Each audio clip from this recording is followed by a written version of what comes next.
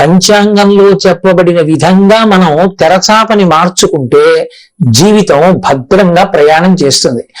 ఇప్పుడు ఎవరో కొంతమంది ఏలినాటి శనిలో ఉన్నటువంటి వాళ్ళు మొదలైన వారు ఉంటారు.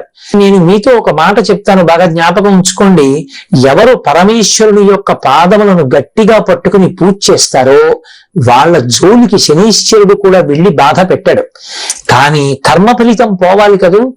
బాధ పెట్టడం అన్నది నిష్కారణంగా అనేక ఊళ్ళు తిరగవలసిన వాడు చక్కటి తీర్థయాత్రలు చేసి ఎన్నో దేవాలయాలు దర్శనం చేస్తాడు.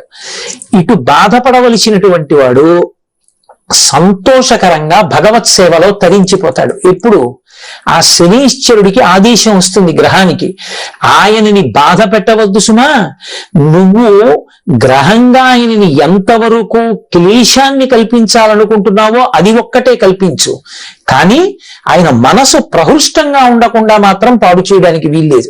భగవద్భక్తితో కూడుకుని ప్రవర్తిస్తే మనం ఇప్పుడు ఇటువంటి కాలమునందున్నాం కనుక మనం ఈ జాగ్రత్త తీసుకోవాలి అని తెలుసుకుంటే మరింత సంతోషకరమైన జీవనం చేయడానికి పంచాంగ శ్రవణము అవకాశాన్ని కల్పిస్తుంది.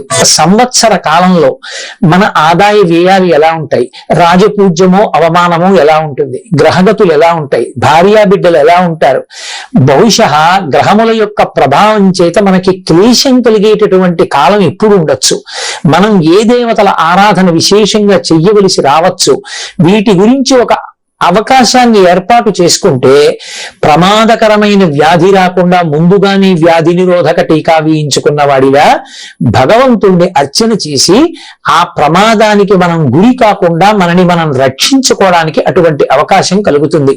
అందుకే పంచాంగ శ్రవణం తప్పకుండా చేస్తారు.